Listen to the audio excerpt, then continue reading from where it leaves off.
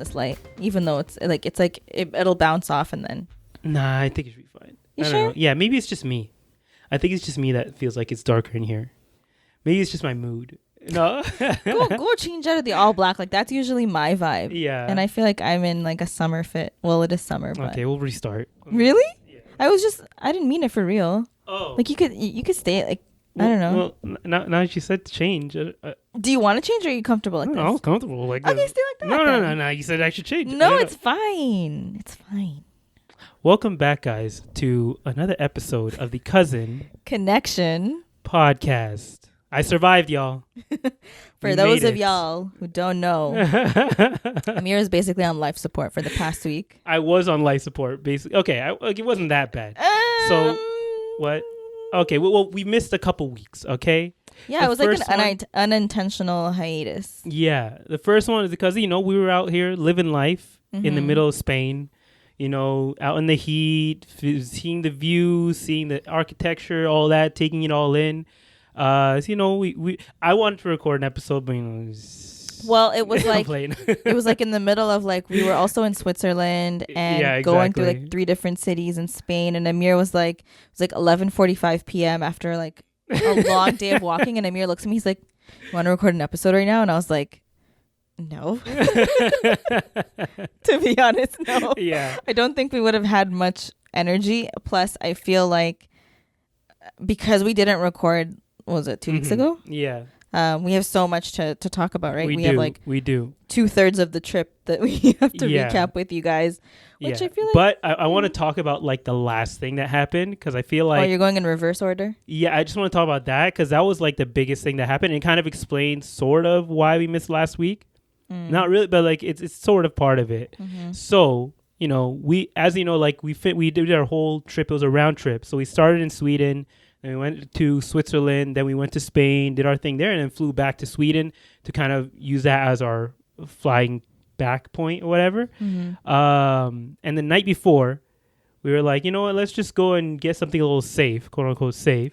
We went to like a Turkish spot, and when we pulled up to the Turkish spot, I feel like the first red flag should have been that even though English is a second language, maybe this might be racist or something, but English is a second language in Sweden, none of the workers there spoke English.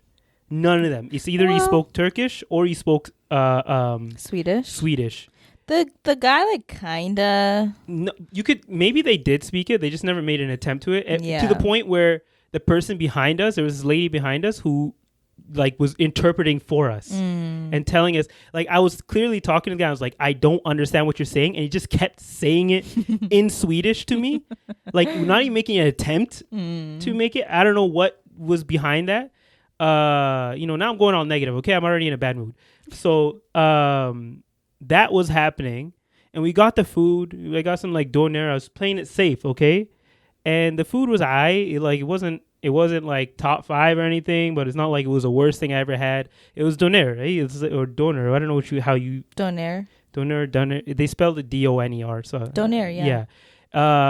We had that, and like maybe this is a combination of it, but I was already feeling kind of weak that day because not weak, but I was starting to feel something come on already, because I forgot like Sweden is very similar to Toronto, where like the weather, it can look like it's nice outside, and it does feel like it, but the moment it hits like past 5 p.m., it is chilly outside, and I was not prepared for that. And I was wearing a crop top, not a crop top, a crew neck, but like because it exposed my neck, I feel like that ended up with me getting some type of like flu symptoms.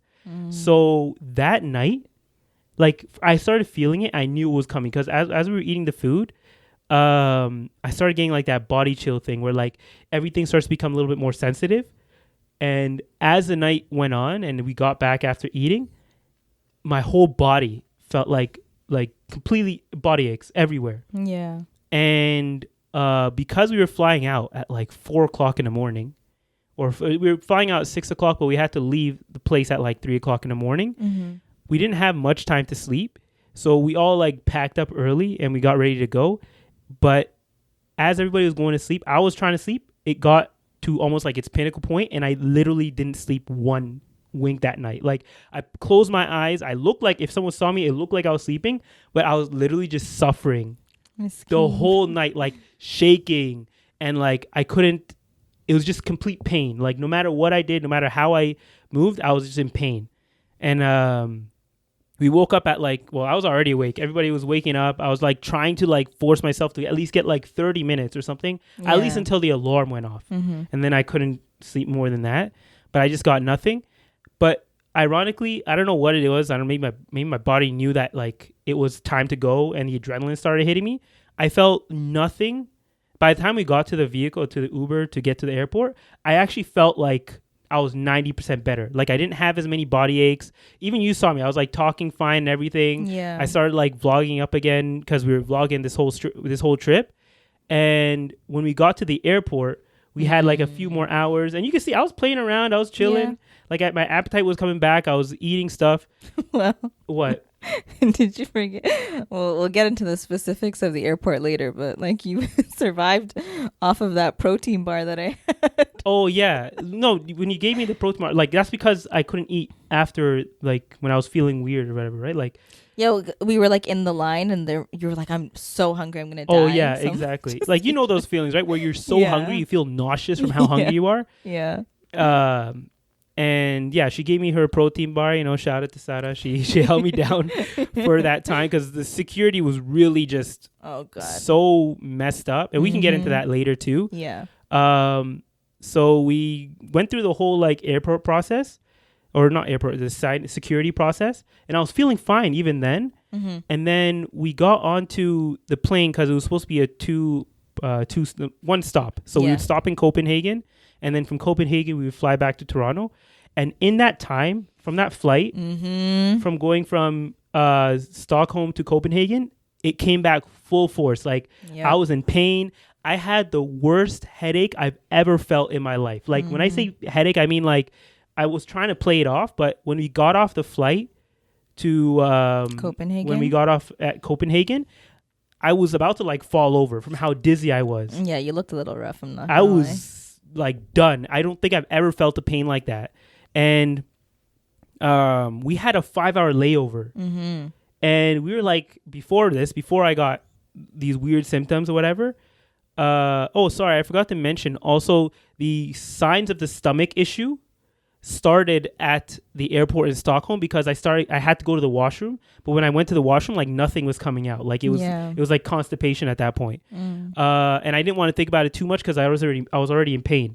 So then when we were in Copenhagen, we had a 5-hour layover, and we were supposed to go out into Copenhagen because we felt like, it's only 15 minutes away, we can do that. But I was already in so much pain, I couldn't even think about leaving the airport. I just wanted to rest, like put my head down and see if I can get any sleep. So thankfully they had like the what do you call it? A lounge. You had to pay to get in, but I was willing to pay whatever just to get into a more comfortable spot. So we went into the lounge, and for the next 3-4 hours, I attempted to get some type of rest. Like maybe I got like 5 minutes here, 10 minutes there. Like I closed my eyes, but I never got full rest because of the headache. And this headache was pounding like really heavy. I tried to get up a few times and get food and like at least feed myself something, but like I had zero appetite at this point. It's funny how like in 2 hours I went from having complete appetite to having no appetite at all. And I didn't know how long I wouldn't have that appetite for. So finally we realized, okay, you know, boarding is supposed to be 11:50. Should I get into this part here? No, I feel like we have to like really just okay, we'll get into the whole, even there's so many things I'm skipping over here that just made it even worse. But let's skip to the part where we get to the plane, right? And at this point, I'm sitting in the plane seat, and I think anyone else who had like these this body ache symptoms, like literally every single cell in your body feels like it's on fire. Mind you guys, I'm so sorry to cut you off. Imagine he's telling me like, oh, my body hurts, I'm kind of cold. I'm like, I swear to God, if you have COVID. Oh yeah. But the thing is, the reason that I didn't think it was any like that, because I didn't have any flu symptoms. I had body aches, but I wasn't like coughing, I wasn't sneezing. I didn't feel like any of those coming on. And also my stomach was hurting too. Yeah. So I knew it was something to do with my stomach at that point, or like my gut. And we sat on the plane, and when I tell you, this was the longest plane ride. It felt like the longest plane ride I've ever been on in my life. It really did. Because there was a point on this plane where I felt like I was going to die. And at the same time, I wanted to die. That's so sad. Like, I felt like death would be more merciful than what I felt at that point. That's a pretty low point. I'm not going to lie. Like, think about it. You're contained to a seat and it's a full flight. So everybody's like next to me. I mean, the seats next to me are full. I have no room to expand or stretch out. The seats are the most uncomfortable seats I've ever been on in my life. Think about the seats that you take on those short 1-2 hour flights across, like maybe from one small city to another, where there's no padding. The handlebars are like super thin and bare bones. But for a full on 8-hour flight, we had those kind of seats. No padding at all. Like, it felt like no padding at all. Yeah. And because I was in the aisle seat, like I was trying to get some type of rest. Like, I felt like rest would be an escape from the pain that I was feeling. Yeah. But because I was in an aisle seat, I don't know, none of these people on the plane had any idea of like their own sense of where their body is, or like their what do you call it again? I'm just laughing because you never talk like this. Like, this is how you know Amir was big mad, okay? Yeah, no, but like these people had no like, sense. They didn't know how big they actually were, or like the etiquette of walking down the aisle. Yeah, and it seemed like it was every single person, because literally every 5 minutes, I was making sure my shoulders wasn't there, right? Every 5 minutes, I'd get the biggest shoulder check from like someone just walking by, like this skinny like I was about to say, this skinny person walking by. They have plenty of room to get by, and I'm getting shoulder checked every 5 minutes. Yeah, while annoying. I'm trying to sleep. Like, I was even that, like, normally I'll try and stretch out, like maybe like stretch your legs out, like stretch my legs out, but I was being mindful of everyone else, so I was like, I'll keep my feet in my air. I won't stick it into the aisle or anything, because if I'm gonna try and sleep, I don't want my feet to be in the aisle so they can't get past at that point and wake me up. Yeah, but still, I was getting hit every 5 minutes on that plane, and the pain did not subside for the whole ride. And I would get up maybe every like 1 hour in the flight, because I felt like my stomach was, at this point, I was having the body aches, but I was also having this very, very sharp and shooting pain in my stomach that I thought maybe I had to go to the washroom. It would make me feel like I had to go to the washroom. I'd get up. I would make sure I haven't touched one person on that plane. I didn't hit one shoulder. I didn't hit one foot on that plane. And I know this. I made sure. Okay, because I wanted to be that. Were you shuffling sideways? Or like actually no? The ironic thing is that I felt like I didn't have to turn my body as much. Yeah, to not the hit aisles people. were pretty wide. The aisles were wide. I don't know why they made the aisle so wide and made the seat so small. That's a whole other thing. And I would go back. I would go into the washroom. Nothing. I would be stuck sitting there. I would literally sit in the washroom for a good 15-20 minutes. But you also like didn't really eat. That's probably what it was. Segue to our future, what we're going to talk about later in the, in the episode. And so I thankfully, alhamdulillah, I survived the flight. Yeah. But when we landed, I still had like the rocking headache. Sarah was annoyed at me at this point, but I had to like go to the washroom every 5 minutes still. And like, I don't know, it was because of the pressure in the plane. I couldn't go then, but then when we came down, I could sort of go, but like not much would come out. Yeah. Mainly because my stomach was empty. But I was still having this shooting pain. I couldn't think properly. Like, I was kind of on autopilot at this point. I was kind of just doing things to do as little as possible to still get me to my room so I can just lay down. Yeah. So finally, like, thankfully your dad picked us up.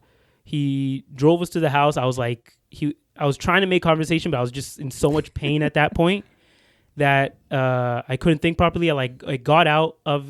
Your dad finally got to our house. I don't know if he saw me, but I was so weak that like I got out my suitcases. Yeah. And as I'm walking up, because to get to my house is like a driveway that's up on a hill. Yeah. Like it's a kind of like a 45-degree angle, so it's a pretty steep hill.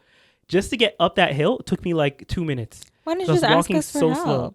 No, because I was like, oh, this will be fine. And like the suitcases, which were like half full. Even Sarah can contest that. Like they were not full at all. They felt like they were 500 pounds each. Oh my God. Yeah. Like, and the moment just to get them in the house was a struggle. I finally got them on the bed, on inside the house. Yeah. I went to my room, and I don't know if it was just because like I finally made it or whatever. It was like 4 p.m. at this point. I still couldn't think. Head was throbbing. I was like, okay, I'm going to take like a 30-minute nap, right? I literally just lay sideways on the bed. I fall onto the bed. I'm like, okay, I'll wake up in 30 minutes. I put my head down. I wake up still with a throbbing headache. It's like 10 p.m. Oh my God. And at this point, my dad is still in town. He was about to leave town. Yeah. Thankfully, he was still there. So he's like checking up on me. He's like, okay, what's going on? He didn't know how bad it was. So when he came out, he's like, oh, okay, maybe he's just getting his rest or whatever. But, I'm sweating, by the way. Like a lot. I don't know if you can tell. It's literally not even hot in here. I think it's just me getting heated about this whole situation. Probably. Yeah. And then I think I didn't move from my room because of the sharp pain for another like 24 hours. I just stayed in my room. I didn't do nothing. Like the pain was making me, I wasn't able to move much, right? Yeah. And the next day I tried to be more active, like try and get over this. I thought it would be going away. And my dad was starting to freak out at this point. And it was about like 6 p.m. the next day. And I didn't show my dad, but like my dad walks into the room and he just sees me laid out on my bed, on my back, like clutching in pain. Oh, and he's like, I'm taking you to the hospital. And then I didn't want to go to the hospital because I'm one of those people who are like, I'll just tough it out, right? And honestly, even if I didn't go, it would have been the same. But still, okay, let's get back to let's say the hospital. So I go to the hospital. And I know I'm going really deep into this. This is going to be a really long conversation. I'm sorry, guys, but I got to tell you everything. So my dad drives us to the hospital. I'm still like clutching in pain because the thing that kind of activated the pain the most was moving. Yeah. If I didn't move, I wouldn't feel as much pain. And also if I tried to eat. So I still hadn't eaten since that last meal in Stockholm. I haven't eaten like a full meal. Maybe I've had like small things here and there, but I haven't been able to eat like an actual meal until Stockholm, right? And I had no appetite for it either. So it's not like I was wanted to eat anything. And this is almost more than Sunday 48 night. Hours later. Yeah. Sunday night, right? Yeah, because it was Friday night where we had that meal, and now it's Sunday night in Toronto. So it's been more than 48 hours. Dang. And that I haven't eaten a meal. So I go to the hospital, and first off, like I realized it gave me perspective because like I got into the place, I talked to them normally. I can mask pain very easily.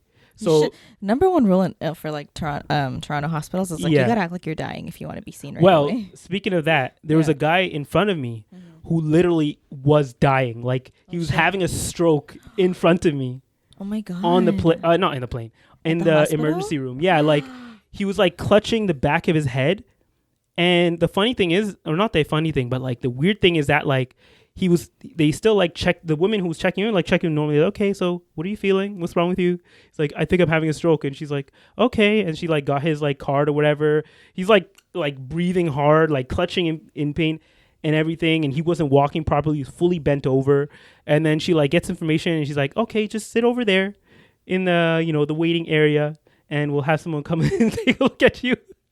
And then he goes and he sits down there, and then I like come up behind him, and at this point I'm like, I shouldn't even be here, right?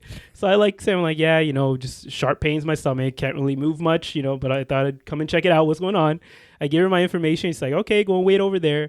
I go and sit down. My dad finally pulls up after parking the car, and then all I hear as we're waiting behind me is someone like crying out in pain. Oh shoot. And like clutching, the same guy, he's like crying in pain, clutching and like bending over. He looks like he's about to fall off his chair, right? And this emergency room is filled with like paramedics who have recently dropped off someone. There was some drunk like homeless guy whose arm was like twisted in 5 different ways. Like you see like bones like popping out here and there. Yeah, there's a weird things going on in the emergency room. Which hospital were you at? I was at the one on Coxwell. Oh. Yeah. Toronto General? Hey, Gizmo was born there. So was I. Toronto General. Yeah, exactly. Hey, you got history there, okay? But yeah, so there's a dude with like full on like, but because he was drunk, I guess he couldn't feel it. So they literally just carted him out to like the corner of the room, and he was sitting there. Yeah. And at one point he tried to like get up and get out. And the paramedics were just standing around, and like the guy who's behind me is getting louder as this is going on. He's like screaming more and more louder. He's like, I need help. He's crying. He's saying, I need he like help. A grown man or like like age? Super grown man, like 40s, 50s. Oh, 50s shoot. at least. And he was by himself? Yeah. And like as that's going on, I'm like, okay, maybe eventually someone will do something, right? Mm-hmm. All the paramedics weren't even looking at him. Because it's not their job, like especially if they're a first responder, is to get whoever they pick up. But they were done with whoever they were dealing with. Yeah. They were just like conversating. They were just like talking. Yeah, but it made me realize like, yeah, it's like, you know what, a job's a job at the end of the day for them, right? That kind of sucks. Yeah, and for them, they're probably used to seeing these kind of things, so it doesn't like trigger them. It's like when you get desensitized to these things, right? For sure. Yeah, and that guy only got help when eventually he like got up and walked over to the security guy and like was like, I'm about to die. Like he was screaming out in pain to this guy, and the security guy, I guess the security guy had some part, not going to say he had a heart, but like, you know, he felt at least it got to him, right? So he eventually went to a doctor who was in the area where they check you out first, and she came over and took a look at him, and they put him in a wheelchair and all that, and they took care of him at that point. But it did take a while for that to happen.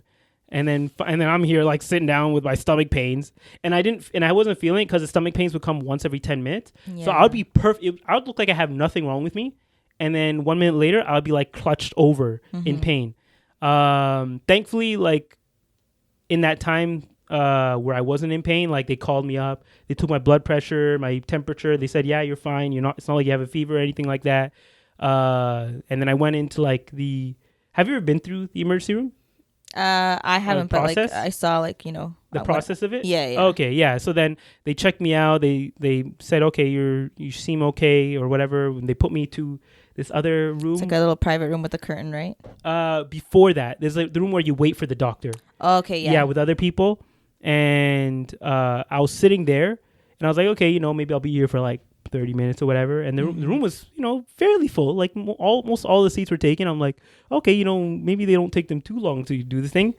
Tell me why I'm there for 3 hours. I mean, I remember like in pain. I remember you texted me. Yeah. And like during the day he was like, yeah, you know, I'm like not really feeling the best. And then in the evening he was like, yeah, you know, I'm just gonna go to the emergency room. I'm like, wait, what? This is at like 6 p.m. So the sun was still out, and I was, by the time, okay, so after waiting this 3 hours, all they did was they took my blood. They gave me a bottle for like a urine sample. I didn't do that one until after I was done.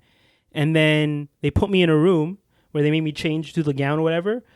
The doctor walks in like I think it was like I was waiting like a good 45 minutes after getting into the waiting room. After waiting 3 hours, the doctor sees me and he's like, okay, so like, what's wrong with you? I explain everything that's going on. He's like, okay, give it like 3-4 days. If you still feel this, then come back.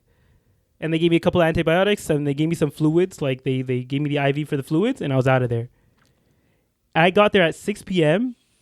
and I got out at 12 p.m. midnight, just for them to tell me, wait a few days. But then again, they did check my blood and they said your blood is fine. So like they're like, yeah, there's nothing more we can do. You just gotta wait it out. Honestly, you probably would have gotten a faster result if you called Munchie. Just told him over the phone, like, hey, these are my symptoms. Yeah, he probably would have said the same thing.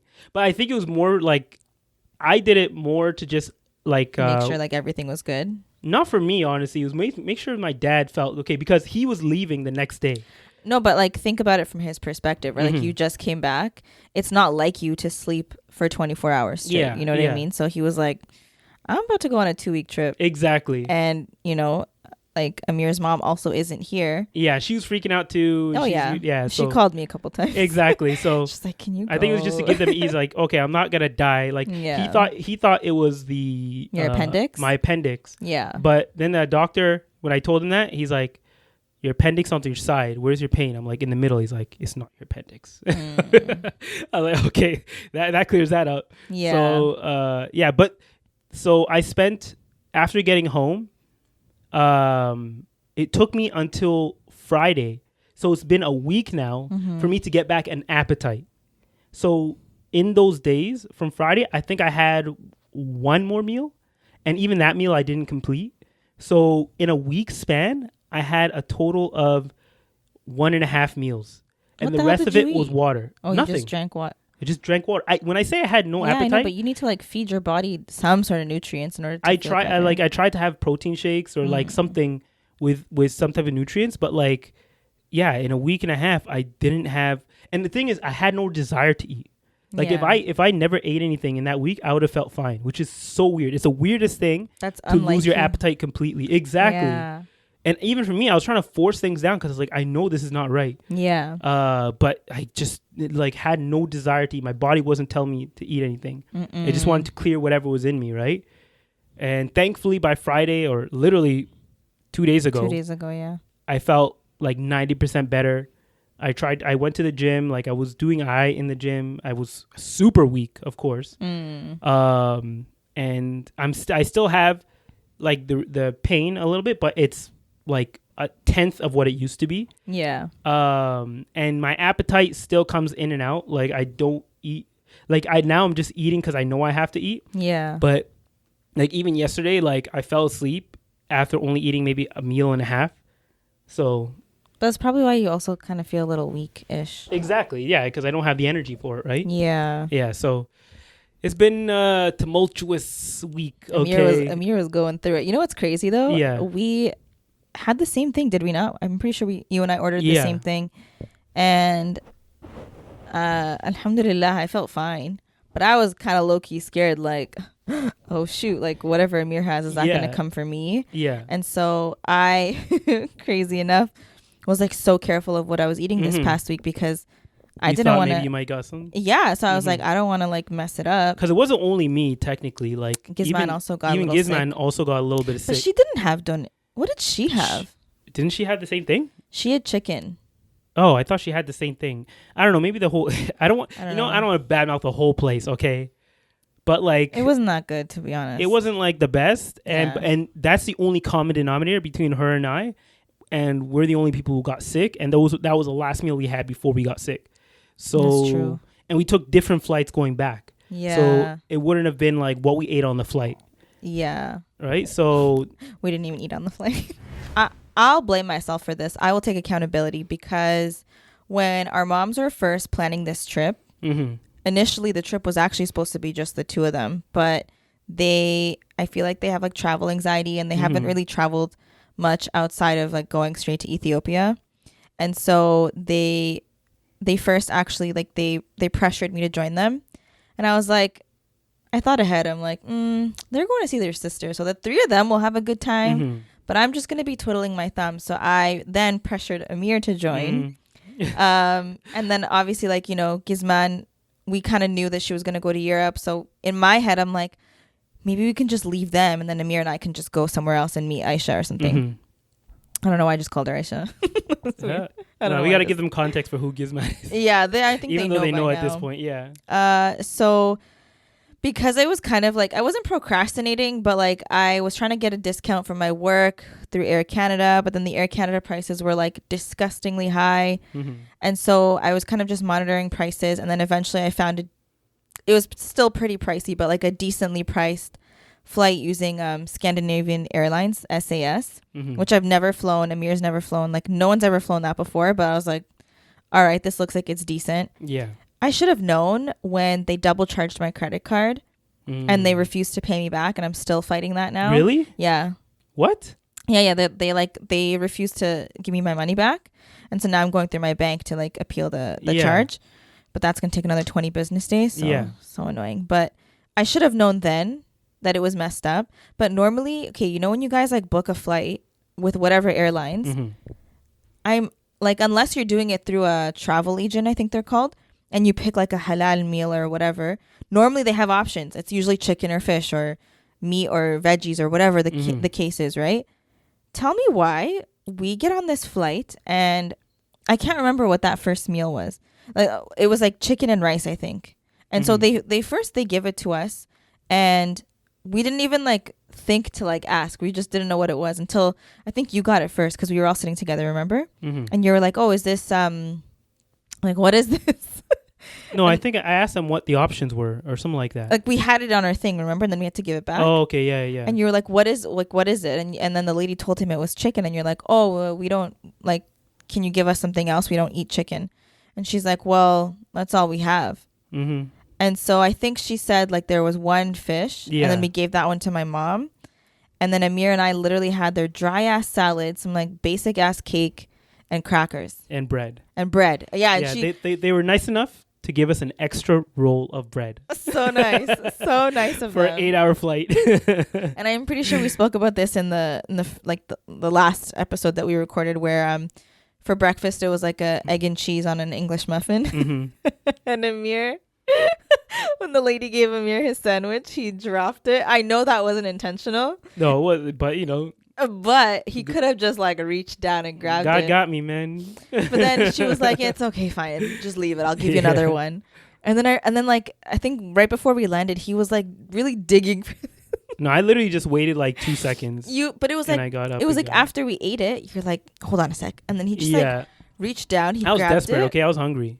And he scarfed it down so fast that I was like, "Oh my God, this guy was starving on this flight." So that was just going there. But coming back, so because we now knew our experience, the night before I was like, "Oh, we should probably like pre-purchase our meals." And so I was trying to do it, and I thought I actually purchased it, but I realized I never actually purchased it. I thought I did though. Yeah. So on the flight, the lady's handing out like, I don't know what it was. Another meal. It was literally the exact same thing. It was chicken. A chicken meal or something. Yeah. And so I was like, "Oh, miss, like I actually pre-purchased 3 meals like for us two, and then my cousin behind us." And she was like, "Do you have a receipt?" And so I'm like, "Well, I don't have Wi-Fi. How am I going to pull up my email?" Yeah. So I'm like trying to frantically look for it. And I opened up the app and I don't see like a purchased meal. So I'm like, shit. I didn't buy it, but I was like, I'm gonna commit to this story. I was like, "No, ma'am, it's here. It's because my Wi-Fi stopped." Yeah. So she was like, "Okay, hold on." So I was like, "Oh my God, we're gonna get meals." You won't believe what she gave us. What? It was like, apparently it was lasagna with salmon. It wasn't. I don't know what it was, but it wasn't. It wasn't. It was like mystery meat. Well, it must have been maybe like canned salmon, but it was mushy. There was no flavor. Yeah, I didn't eat it. I looked at it and I was like, "Mom, you can have it if you want." And I just had did I even get a bread? You should have taken a photo of it, man. It was so gross. Like just thinking about it now is making me feel nauseous. Yeah. And then for breakfast they were giving out like turkey and cheese or something, which we still couldn't. And the girl next to me was also Muslim. Yeah. And in the same row, I don't know if they were Muslim or they just didn't eat meat, but like our entire row did not get food because none of us ate chicken. Yeah. No, like the thing, this airline has no consideration for people who don't eat meat. If you don't eat meat, you're pretty much screwed. Yeah. And it's not that we don't eat meat. We don't make it easy. Yeah, they make it very They don't make it easy difficult for you to choose another meal. Yeah, like there's no other option besides chicken. Yeah. And so that was like very disappointing. Like, yeah. Like, but if I had an appetite, I would have been furious too. But I didn't even know. They didn't even ask me if I wanted a turkey sandwich or anything. I didn't see that or anything. Maybe I was sleeping or something, or I was trying to sleep. Yeah. Because there was one point like near the end of the flight where I found that when I put the sheet over my face and like I didn't move at all, like I put my arms together and didn't move at all, I would get some relief of pain. So I think that's how I was able to sleep for a little bit. I feel bad for the lady next to me. I normally like just knock out for the entire flight, but this flight, like when you said it felt like the longest flight, I watched 2 movies and slept, and I still felt like, oh my God, I have so much time. And it wasn't even a long. It was like 8.5 hours, but I don't know. I just couldn't sleep on the flight. Yeah, you know what's weird? I just realized this.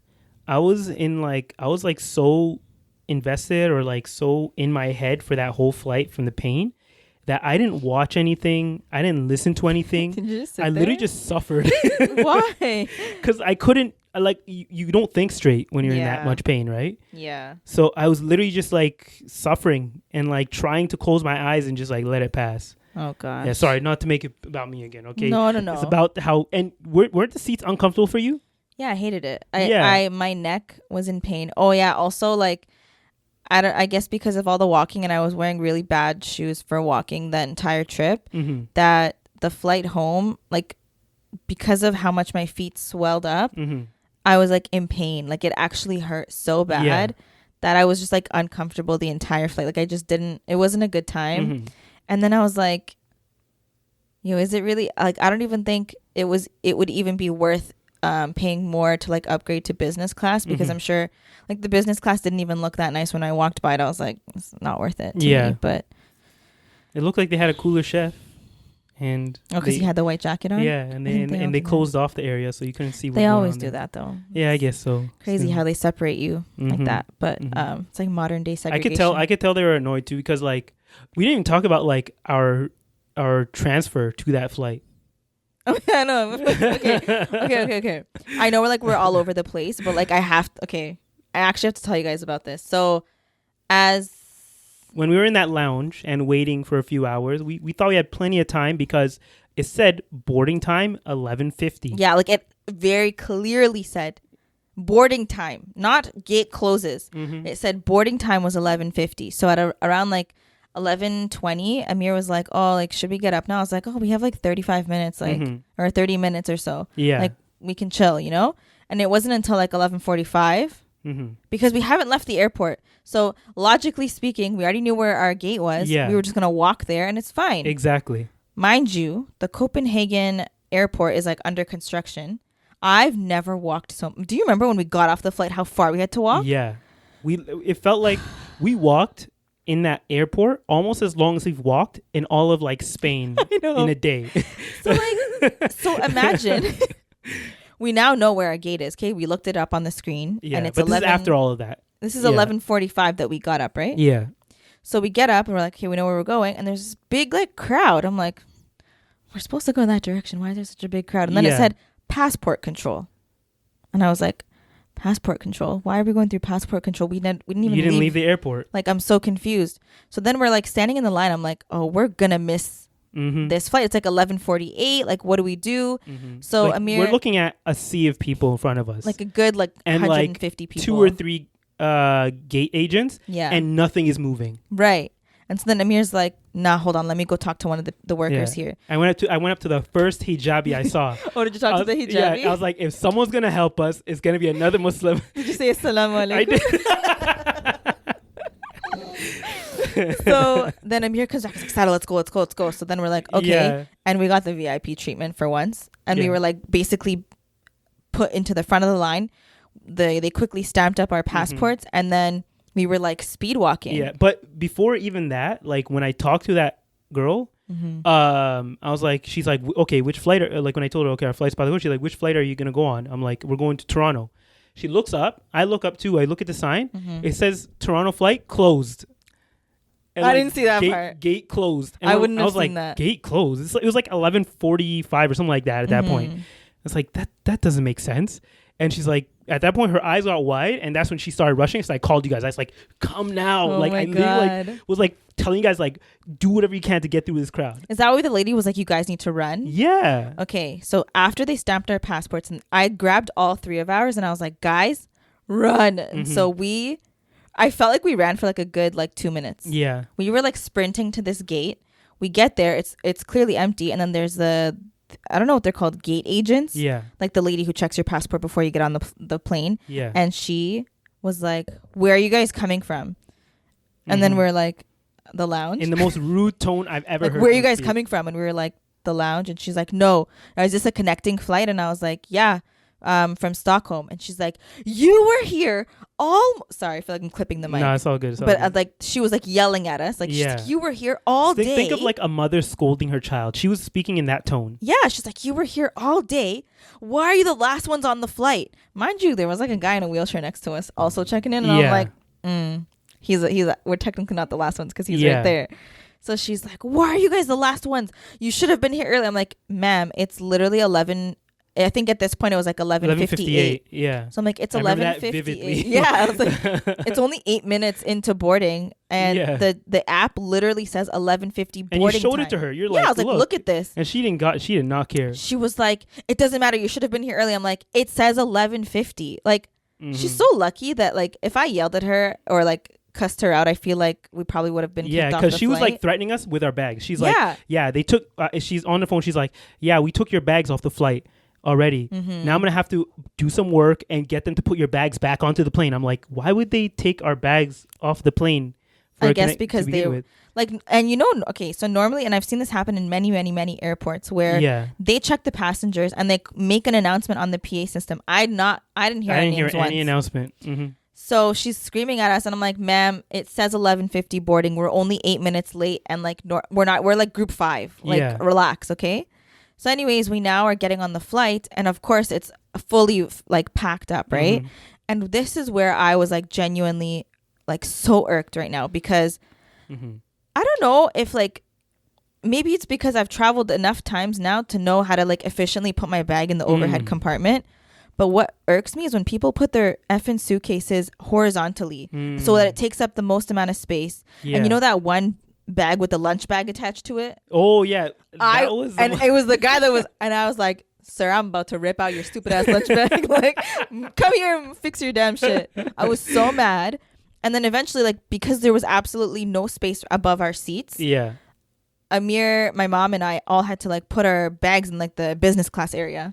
Yeah, I was like, nah, I'm going forward. And I could tell as I'm putting this up, all the business class people are looking at me like, why are you putting your peasant luggage with us up here at the front? There's no other space to put it. Yeah. And we didn't have big bags at all. It was like we each just had one suitcase. They had plenty of room in business class, so I don't think yeah. But like it was just like frustrating to see how people are just like the way they just like throw their shit up there and like expect the flight attendants to fix it. That's not their job. They don't even get paid until the airplane door closes. Yeah. So like just a little bit of common courtesy would go a long way to just put your bag vertically and like tuck it in. Like don't just like throw it and leave, like throw scarves and shit. Like I don't know. It was so like I was so annoyed. Yeah.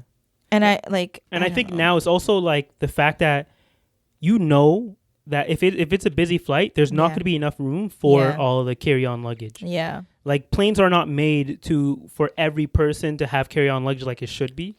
But at least what? I think it would fit if everyone had one bag.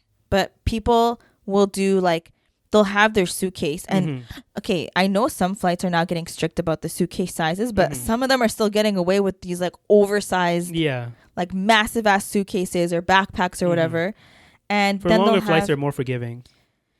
Yeah, but the plane was small. Yeah. The plane was so small. Yeah, that plane was definitely like it was definitely something that was repurposed. Like it used to be maybe a short range plane or a short distance plane, but now they use it for long distances, which is probably why the seats were so uncomfortable, had no padding, and was clearly not made for long distances. But like it just like I don't know, I just though like people will have like the regular suitcase and then like maybe a duty-free plastic bag or their personal item, which could be anything, right? So it's just a little bit like annoying. Or it's very annoying. It's not a little bit annoying. It's very annoying. Yeah, I had to carry my bag in between my legs for the whole flight. Same. Yeah, and it's like it was already like I just can't. But yeah, that was our just like coming from if you have Copenhagen to Toronto. So if you have any dietary restrictions or can get very easily uncomfortable on a plane, do not take SAS ever. It's worth the extra whatever $200-$300 you might pay for a flight that will be more accommodating to you. We should have done like Lufthansa. I did see that flight, but it was like or is KLM still? KLM is still operating. It just that one wasn't an option at the time for those dates that we wanted. Really, I feel like KLM is actually no. That's more like Netherlands. Actually, yeah. Yeah, because we were going like Scandinavia, and whatever. But now if we like rewind, wait before we rewind. We're going to take a quick break here and let it reset, and then we'll be back. Okay, and we're back. It takes me like 5 minutes just to get over the camera because after going to the gym and trying to go hard again, like I've destroyed my body. You got to ease yourself into it. Yeah, I did not do that. Yeah. I tried to go hard. Sorry. Actually, you know what? I'll talk about this later. No, you're going to forget. Huh? You're going to forget. Oh, well, like, it took me 2 weeks to realize this, but, like, so I came back. As you know, I wasn't able to go to the gym while we were on our trip. I tried to, like, work out at the host, but it just didn't feel the same. So when I got back, I was like, okay, I'm going to get ready to lift. I'm going to get all my gear, whatever. I'm like, getting my straps, getting my shoes. I'm like, my belt. Where's my belt? I heard about this. I haven't been able to find my belt. And then I searched the car. I searched both cars. I searched the whole house. I'm like tearing everything apart looking for this belt. And I was like, did I even work out with this belt like before I left? I checked my like timeline. I literally worked out like right before we left for our flight. I'm like, I left the damn belt in the gym 2 weeks ago. And I didn't realize it until now. Literally 2 days ago. I didn't realize till 2 weeks after that I left you don't want to know how much I paid for this belt. Your mom told my mom this morning. Did she actually? That's why I know how does it like spread that quickly? I think your dad told her. My mom was like, did you know Amir left his belt? And I thought she meant like a like your belt for your pants in Stockholm. This is like a custom made. I was like, soft. He'll belt. Get it back in like 2 months. No. She's like, no. Apparently he has like a workout belt. And I was like, oh, yeah. I know about that one. Yeah. I got it custom made and everything. Honestly, I was like, you know what? How much all was of this happening here is a test from Allah because Allah loves me. And that's what I know. Okay? How much was the belt though? You don't want to know. I do want to know. Let's just say it was a very big test from Allah. Was it more than 500? Oh, no. Oh, okay. No. Yeah, exactly. All right, it's replaceable. Okay, in my relativeness, it was a big test. Okay. No, but okay, it's over 100. Huh? Over 100? Oh, yeah, it's definitely over 100. Over 200? Like around 200. That's still it'll hurt a little bit. Yeah. You know? And I immediately went out and just bought another one. Oh, you did? Well, like I ordered another one. Yeah. Let me just tell you guys something. This trip, I mean, I already knew about Amir's forgetfulness. Mm-hmm. I didn't forget nothing. I don't remember. I forgot what I might have forgotten. What have I forgotten? You're joking, right? No, I completely. Say wallahi, you're not joking. Wallahi, what did I forget? Your mom's suitcase on the plane. What are you talking about? Are you for real? I completely forgot about that situation. And then you know what's funny? Because I'm like editing it too. And then the camera. Yeah. And your portable charger on the bus in Spain. Yeah. Remember that? I tend to put things down, and then that just becomes their permanent spot. And then there was like a plastic bag at one point with all their stuff in it. What? Yeah, you did. Yes, you did. Yes, you did. No. Yes, you did. She's making up stuff. No, you did. You I will accept the first three. I don't know about that fourth one. You did because you ran back when we were. I was like, hey, where's the plastic bag? You were like, oh, okay. You know what? I remembered that. I remembered that myself. No, I asked you. No, I think I remember that myself. You ran back because you remembered where you put it. I think it was like in the store or something. I'm going to say I remember that myself. Okay. I don't know, but yeah. I realized Amir's like forgetfulness, and it only happens if like something else distracts him when we're about to leave that area. Yeah, it's very out of sight, out of mind kind of thing. And the funny thing is that like sometimes like, you know, if Amir is like, okay, I'll hold this bag for the rest of the day or whatever it is. Well, if he takes responsibility over something, then it's like my mind doesn't automatically think to remind him, right? But like if I remember, I'll be like, oh, Amir, where's whatever, and then he'll be reminded and he'll go back and get it. My mom, do you remember what she would do to you? What? So let's say like it was the car keys one day. Yeah. It was the brunch spot. So we had brunch in Spain, and we rented a car. Yeah. And we had brunch, and then where were we? We were in Sevilla. Yeah. Yeah. So Amir left the keys on the table, and my mom, she's like this all the time. She's like this with me too. Yeah. But she saw the keys, and she just like silently picked it up and threw it in her purse. I would not have forgotten it if it wasn't for that. Okay. And so we get up, and we were like walking to the car, and Amir's like, and the thing is we all saw her do it, like me. I'm like searching every pocket, that thing. Everyone knows that movement. And he's looking around because here at this point of the trip, he knows that we know if he says that he forgets something, we're gonna call him out, right? So he's like trying to discreetly like look for the keys, and I can see the panic in his eyes. So I'm waiting for my mom to be like, yo, I have it. But like he's like about to start running back to the restaurant. And I was like, I have it. I know what you're looking for. I have it. And he's like, why are you doing that to me? I don't know. She did that to someone else too. She did it to Gizman too. Because with her camera or something like that. She's similar. And like, she's not as bad as me, but she does do similar things that I do. Gizman's very, like, she's pretty bad. Yeah. So we're similar in that. That's how we know we're siblings. But she doesn't, like, she used to do it more often when she was younger. Yeah. Like, all the time. Yeah. I think she does it now more, but she just doesn't tell us. Actually, that's true. She did tell me. She's like, oh, when we were in I think it was Paris or something. She like left her purse somewhere. Yeah. I was like, what? How? Mm-hmm. And I remember like her phone was a big one. Do you remember that one time she lost it in Philly? Did she? And you guys like went to that random football field to look for it next to the hotel? Maybe. That sounds oddly familiar. But like she lost her phone a couple times in a short time frame that time.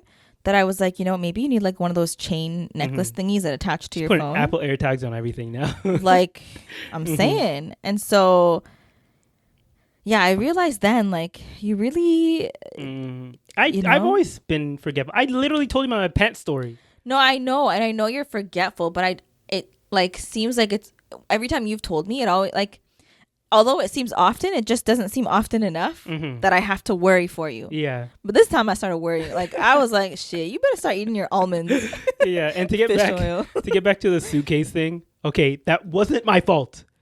Okay. Let me clear up. We did in the last episode. No. Oh yeah, we did? Yeah, we spoke about this. Okay. We talked about it then. Okay. But I'm just saying. I cleared my name, hopefully. It was genuinely a misunderstanding. Because Amir believed that my suitcase and his mom's suitcase they looked the same. Yeah. So he thought my suitcase was hers, but I knew it was mine, and I told him like, "This is my suitcase." Yeah. So he's like, "Okay, I guess she took hers," but it was there the whole time. See, so clear mistake there. Okay, the battery thing, one's pretty tame. Okay, I remember that eventually. You did. Yeah, like we took a train. We took a train from Sevilla to Granada. Wasn't it the bus?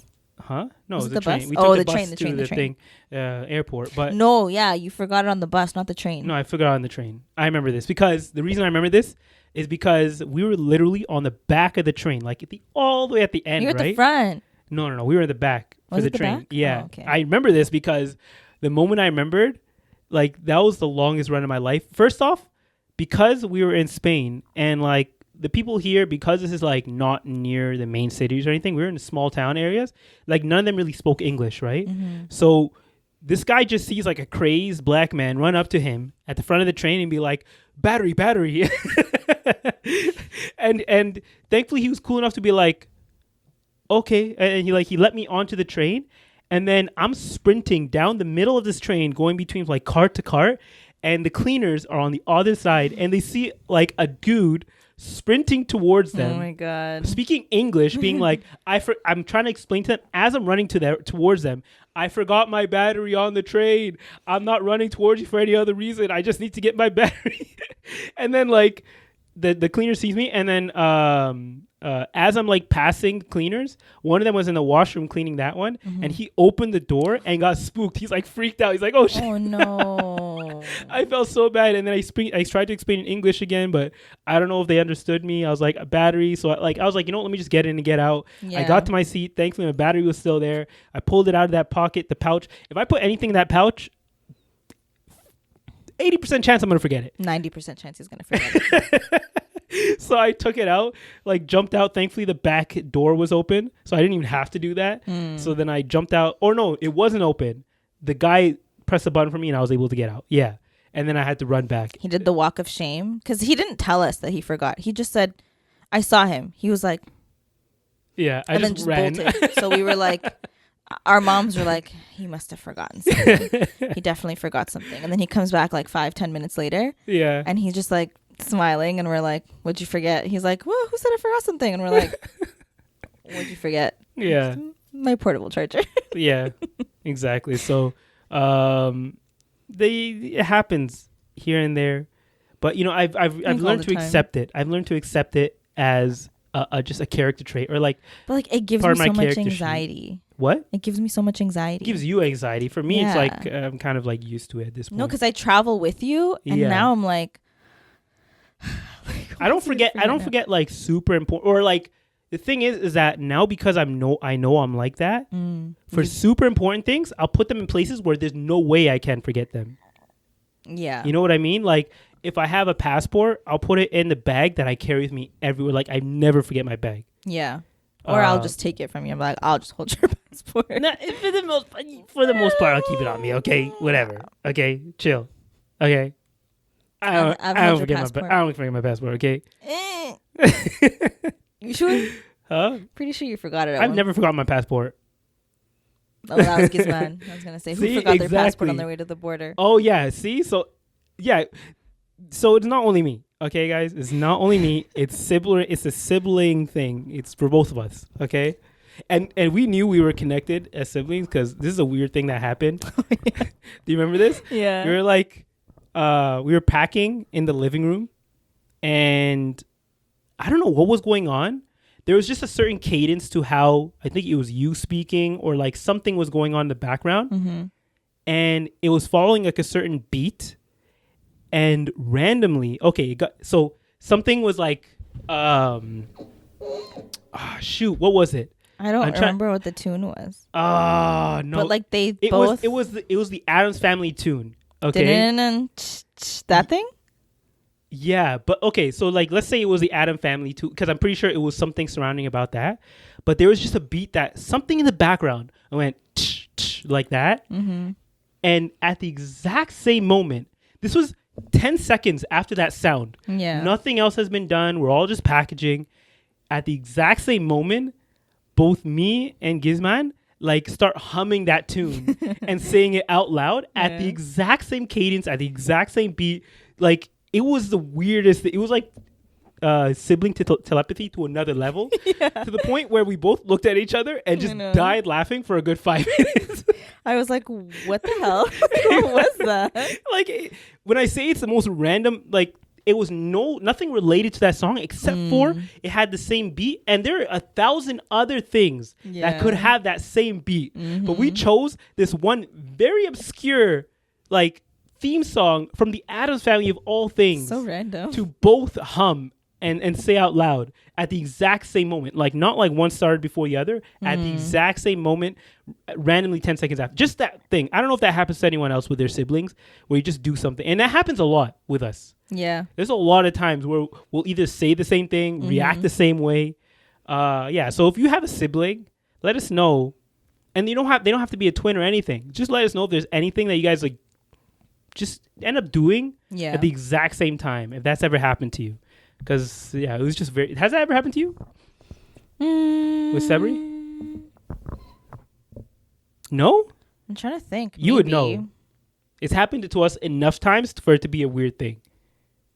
I don't know if it's happened with us. Like, maybe in the past, but like, we're not like together where something will happen where we have to react at the same time. It's usually like one of us will tell the other.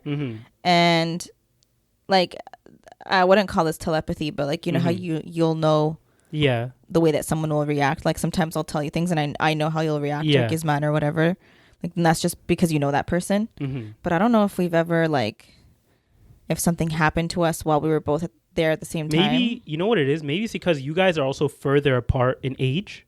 Like, me, Gizman and I are close enough together, and we grew up close enough together that like we watch the same things, we listen to the same things. I know, like, her and I, like, well, for the most part, things will happen and we react the same way, and sometimes it happens with us, where we'll like say like or whatever, like at the same time, the same tone of voice.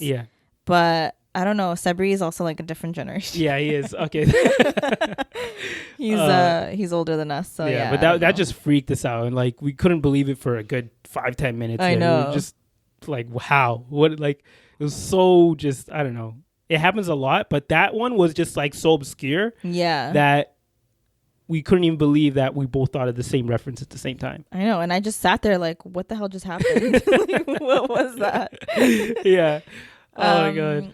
But yeah, like, I know we're kind of going out of sequence here, but I'm trying to think, like, okay, so the last episode where we left off in terms of the podcast was we were still in Stockholm, and I just have to say that the comments killed me. You guys are really nice. They're like, oh my god, the lighting's working for you, so thank you. I have to really just give credit to over there they don't have golden hour, they have like golden hours. Yeah, for real. Golden hours. It's because it was like that lighting for a good 4 or 5 hours.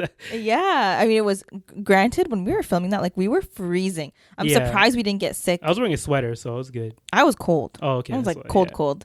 But yeah, after we filmed that, 2 days later, we actually flew to Switzerland. Yeah, Geneva, Switzerland, and that was your no, it wasn't your first time.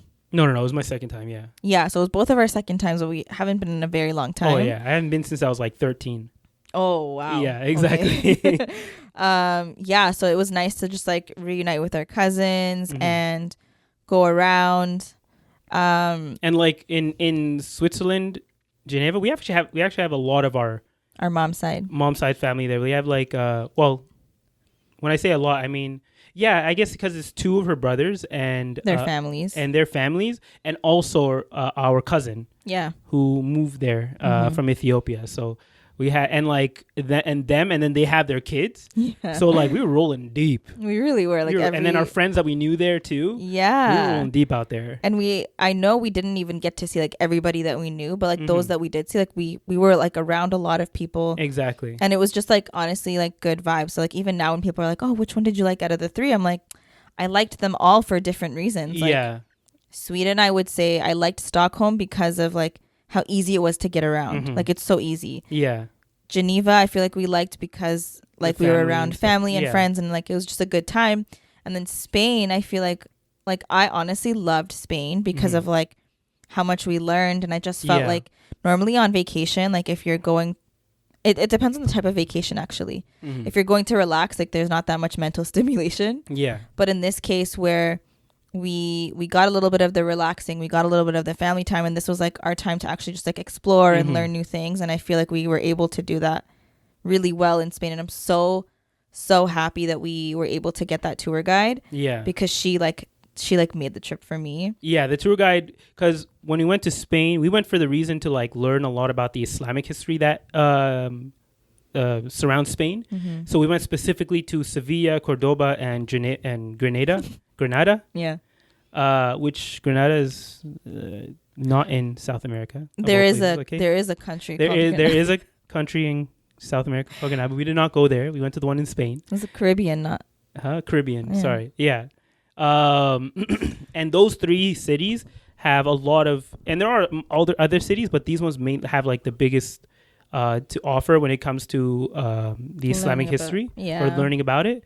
And what you're about to talk about is specifically in Granada, which is Alhambra.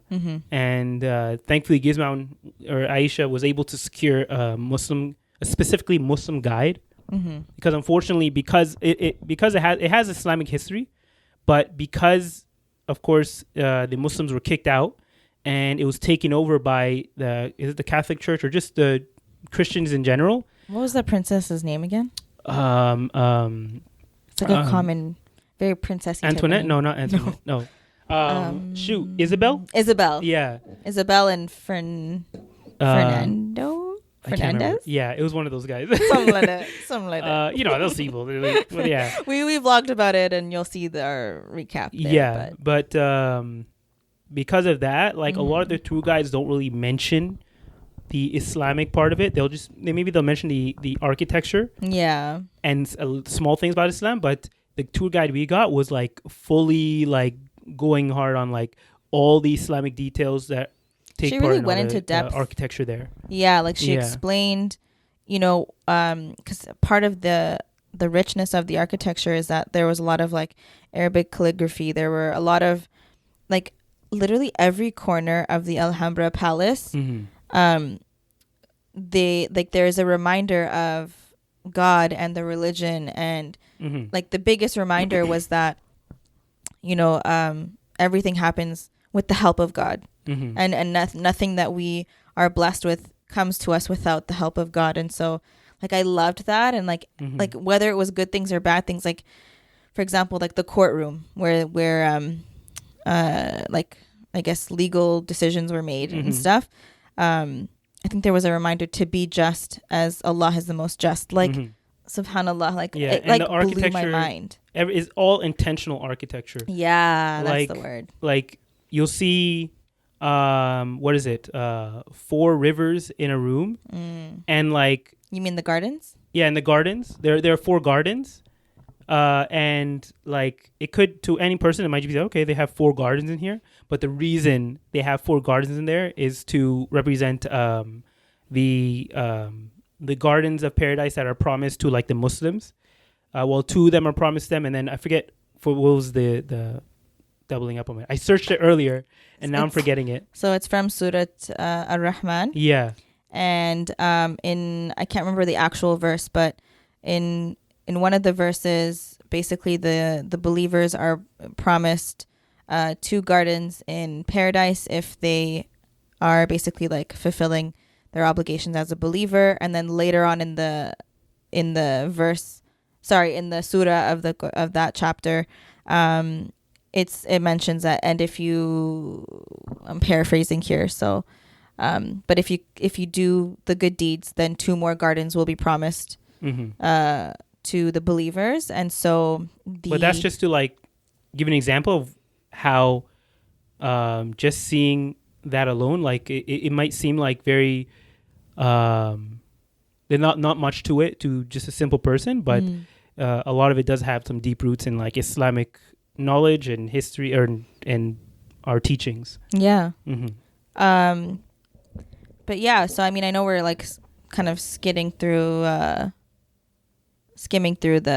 Spain trip, but I also don't want to give away too much just because I want you guys to be excited for the vlog. I'm excited too. Like I kind of want to see like. Oh, for the vlog? Yeah. Yo, this vlog's gonna take a while, man. No. Remember we were trying to decide like, are we gonna do it in parts? Are we just gonna do like a really long? Oh vlog? no, we're definitely doing it in parts. Okay. This is definitely this. You're looking at like 3 hours if you do it not in parts. We have 3 not 3 hours, but like we probably do have a lot. Yeah, we did record a lot though. Like, and we tried to do some like cool looking shots. Yeah, I don't know how much of those will work, but we'll see. Yeah, we'll see. And I think, we're also still pretty new to vlogging. So if you find that we're a little awkward, like... Yeah, like the thing is that as we started it, like you can see us, we're getting more and more used to it. Yeah. So like our vlogging changes throughout the trip. Like we're a lot more comfortable with the camera at the end of it than we are at the beginning. Yeah, no, I totally agree with that. I think that I still remember like right after we found out that we lost the actual camcorder that we had. And so we were telling the story on the phone at the Stockholm airport. I remember we were walking out of the doors to like the taxi area and all the guys were just like watching us. Do you remember? Yeah. And I felt so uncomfortable. I was like, yeah, I'm just going to talk to you guys later. Bye. Also, you did the same thing in the park because I was just editing that part too. Which park? Like when we were about to eat the chocolate, you were like, I gave you the camera after my arm got tired, and you took it and you started vlogging. You're like, there's people walking towards us. I'm going to stop vlogging now. I don't know.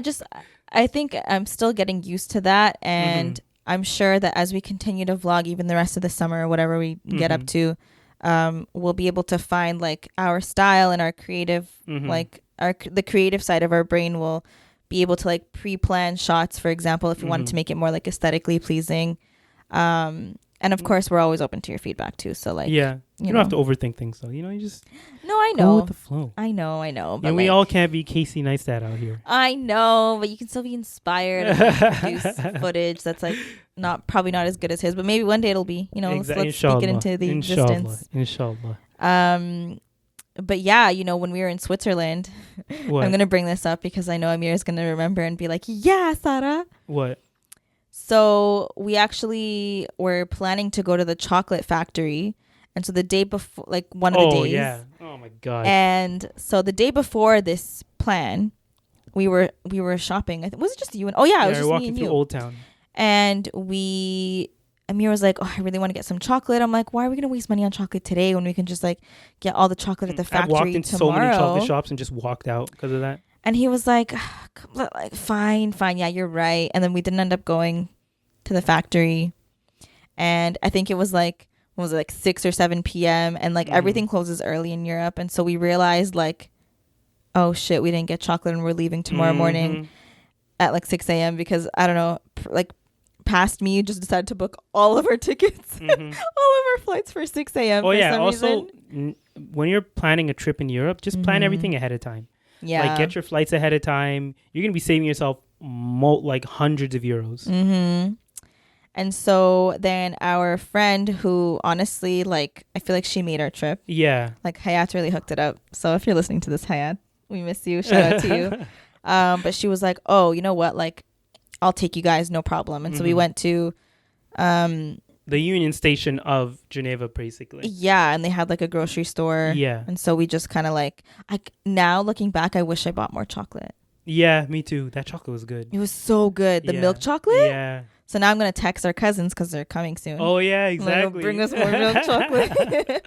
And I think the reason why we didn't was because we only had carry-ons in Switzerland, remember? Yeah, but I had plenty of room. I had plenty of room for that. Except for that time. What? Here's another thing Amir forgot. What? What did I forget? When you put the chocolate in your pants and it melted? Oh, not my pants, my sweater. Oh, your sweater. So, like, you know how they have Lindor chocolate or Lind chocolate, those balls? And you know how, like, the insides are, like, super soft or creamy? So, they have a chocolate bar version of that. But the chocolate bar is, like, super thin and frail. And that inside gooey part is, like, very, like, right on that layer, right? So... as we were getting ready to go to the airport in the morning, we were all rushing, right? Because it was at like 4:00 in the morning. So I just stuffed it into I had it closed though. I stuffed it into But it was like you took a piece from it and you I took a piece from it, exactly. I just like closed the tin foil and I put it in my pocket. It's like, oh, it'll be fine, right? But I only had it in there. I didn't press on it or anything. I was making sure like I was aware that it was there. And I don't know how, even from that little bit of heat from being in that pocket... that the whole chocolate bar turned to water and it went through the tin foil and got like all on the inside of my sweater to the point where the oils from it or from like some oils from it like seep through and you could see like splotches on my sweater. And I immediately had to like throw out the chocolate. Unfortunately, like half the bar was wasted at that point. And I couldn't wear that sweater again. And recently I took it back. I like turned that pocket inside out. I flipped it out and I saw like all the dry chocolate on it. Wow. So like I like washed the chocolate first. Yeah. And then I put it into the washer. Yeah. I was like, okay, it'll be fine, right? I took it out. Stains are still there. Really? Yeah. I'm gonna have to like. Yeah, I'm gonna have to like go directly onto it. Yeah. And clean it off because it's not coming off. But yeah, you know. It was worth it though. That chocolate was good. It was so good. Yeah. Like Swiss chocolate just, and now I'm thinking back. Remember when we bought chocolate in Stockholm and it was literal trash? It was not good. In Stockholm? Do you remember the first day? Oh yeah, we have a whole review of that. But you gave it an 8 out of 10. So because I didn't know any better. Now looking back, yeah, it was like a 3 out of 10. I changed my mind. Yeah. But yeah, I think. Like I was telling this to one of my coworkers. You know how sometimes like you'll go on vacation and it almost feels like rushed, and so you come back to your regular life and you feel like you miss, like you don't feel like happy. You don't feel like you're happy coming back, and you're like, damn, I wish I was still on vacation. Yeah. I feel like when I was going on this trip, I really wanted to be like intentional about being present and just like enjoying each day for what it was. That when we came back, like I felt like, you know what, that was a great vacation. Yeah. And I'm totally okay with being back. Like I didn't dread Monday morning, which was like crazy, but I was just glad to be back because of how sick I was. I was like, I would not have survived if I was that sick in like Stockholm. And alhamdulillah that it only happened literally at the last moment it could have. Yeah. Because then I can just deal with it here, right? Right, and didn't really ruin your trip. Exactly. Because the whole trip, I was perfectly fine. Like, I was tip-top shape the whole time, alhamdulillah. Really? Yeah. Actually, yeah, you were. I didn't feel anything. Do you know what he did do, though? What? And I'm sure you guys will catch this on the vlog. Every single day, he mentioned... Oh, yeah. No, this is a good thing to do, okay? For anyone, okay? You know what, though? In the moment, it was annoying. Yeah. But now looking back, I was like, you know what? Yeah. So if you're on vacation, It's kind of good of him to do that. Okay. You know, I'm just saying, if you're on vacation it's important to be aware of like what you're eating throughout the day, right? Because you can be on vacation and you feel like, oh, on your vacation you're gonna eat a lot, right? But then you realize you only had one meal that day. Yeah. So like as we're walking back to whether it be like our Airbnb or like the person's house that we're staying at, as I'm walking with them or whoever, I would start like tallying up what we ate and roughly how much protein and calories would be in that kind of stuff. I wouldn't really care about the calories, more the protein for me specifically. Yeah. So I'll be like, okay, we had this and that was like maybe 40, and then we had this that might have been like 30 or 40. And like if I felt like I was short, if I felt like I was short, which was for the most part the case, I would go to like a local grocery shop right away, get a couple bottles of protein shake and just like drink that or eat whatever they had there. But every time you did the tally, I realized that I was always short on my protein. Yeah. Like I knew I was short because you also like whenever we would order food, I would see you like ordered a side of extra protein or whatever. I never did that only because I felt like I didn't have that big of an appetite. And so I didn't want to overeat and then feel heavy because we were walking so much. Yeah. But yeah, that made me just like more mindful of like, okay, I need to actually eat more on vacation. That's why it doesn't really matter how much calories you're eating. Yeah. When you're on vacation, it's really just matters about protein intake. So you don't like lose muscle mass or anything. Especially if you're someone who wants to like be able to maintain whatever muscle mass you do have. Because for the most part, you're going to be burning a lot of those calories out throughout the day from while you're walking. So you just need to make sure you're getting your protein in of all things. Yeah, and it made me realize, like, I did this when I went to Mexico with the girls last year, but, like, I brought my protein bars with me to, like, basically...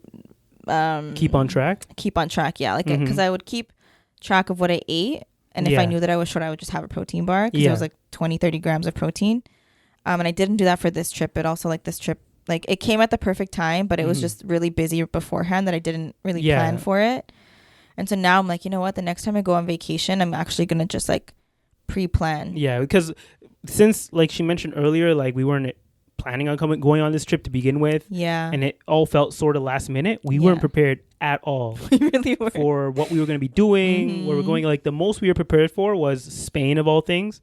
But that was because thankfully we had like a third head, which is Gizman, also planning it with us and like making sure that we at least have some type of but even that was kind of like booked. Like we decided on Spain while we were still in Sweden, right? No, I think we had Spain by that point. No, we didn't pre-book those tickets.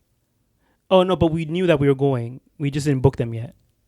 Oh, okay. Yeah. So like, because she helped out with that part, like it was a little bit more structured, but we didn't really know much about the food and whatnot. You know what I mean? But yeah, now. Like that's the one thing that I learned in terms of like how to be more efficient with travel. Yeah, is definitely like have some backup protein. Yeah, and also like bring a water bottle. Exactly, and also if you're gonna be in Europe, make sure you know how to ride a bike. Listen to get around. Okay. Listen. Let me tell you guys something. Okay, it'll help you a lot. He's throwing shade at me, by the way. I don't know what you're talking about. Sorry. I'm just saying it's a very important thing to know how to do. I know how to ride a bike. It's just I was riding it. It was like the fear of falling and hitting people, because if you notice, like the handlebars were like this. So it was like it wasn't like a straight handlebar like a regular bike. Was it? Yeah, because that was what was throwing me off. It was a regular hand. No, it wasn't. I promise you it wasn't. It was like curved like that. I have video evidence, okay? Yeah, look at it. Look back at it. I'll look at that. We'll look at it after this, and we'll call you out next week, okay? Yeah. Fine. But anyways, because it was like curved, I'm used to like just a straight one, and that's why I'm like used to like steering like this. And so I was very like, I could tell I was like, so I'm about to hit somebody. Yeah. And they were what do you call those bikes where they like it was going so fast? What are they called? Oh, it was like e-bike. It was a powered bike. Huh? E-bike, like an electric bike. Okay, sure. Yeah. So as you pedal, like it's like zooming. yeah. As you pedal, it uses a motor to be able to. It's a motorized bike, so it uses a motor to like help you or assist you in going faster. Yeah, and I didn't need help. Okay, I was fine with pedaling and putting in the work myself. Yeah. But like, and it wasn't hot by any means. Okay, it was like nice and breezy. Yeah. But the anxiety sweat that I had, like I was literally like dripping. And so did you not notice? Like I didn't notice. It was dark. Yeah. So just to give you context, so we were in Sevilla, Was it Sevilla? Yeah, this was at night. We were out all day already, and we dropped off our moms at the Airbnb, and we're like, you know what? We still have energy. Yeah. Why don't we like take a nice bike ride around Sevilla at night, see how the lights look, go to the lake, go to the water. Don't get me wrong, by the way. I actually really wanted to do it. Like I was totally down. Just like the fear took over my body. Yeah. So we ended up going out, and right in front of our Airbnb, thankfully, there was like a row of electric bikes that we could rent. So we all got onto our bikes. And like Gizman and I were like, okay, let's do a couple laps around just to get used to them, and then we'll go through, right? And I start doing my lap, and I come back. I'm like, Sarah hasn't moved yet. And I see her like sitting there trying to go. And then I see Gizman like next to you trying to like give you tips. I'm like, I'm pretty sure Sarah knows how to ride a bike. I've seen her like ride a bike before. Or at least like I remember vividly, like not vividly, but in my back of my mind, I knew you know how to ride a bike. I used to ride bikes all the time. Yeah. And I was like, is there something wrong with her bike? I thought there was something wrong with your bike at first. But after we did like tried to do a couple laps, I was like, nah, this girl, she ain't making it.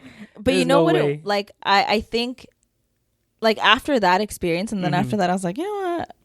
Let me not slow them down. I'm going to just go home. Yeah. And then when I actually got back to Toronto, I saw my bike in the garage and I'm like, hello, darkness, my old friend. I'm just kidding. You better practice. Well, yeah, I need to borrow your bike pump because I don't have one. So exactly. The wheels are like flat. Honestly, the bike I was riding was kind of flat too. But no, but but honestly, the reason that I mentioned that it's important to know how to ride a bike is because like it's so much easier. All the stuff we covered in that day from walking around, like Gizman and I were able to ride around that whole city, ride along the lake, the river, shore, whatever. Basically do wherever we want because they're motorized as well. So they go super fast. Almost. And the thing is that these cities are not made for vehicles. And we found that out because we rented a car for Sevilla.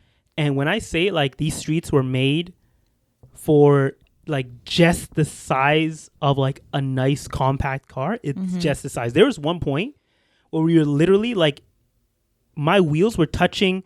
They have these little like grooves in the next to the walls. My wheels were like going over those, which means that there's maybe an inch of room on both sides in these little roads that we were going through. I'm surprised you didn't hit the little side mirrors, to be honest. Yeah, because my driving, man. Whatever. Okay. Whatever. Yeah, they wouldn't survive if someone else was driving. It was done. But like these streets were tiny. Like there's no way. There's all one way.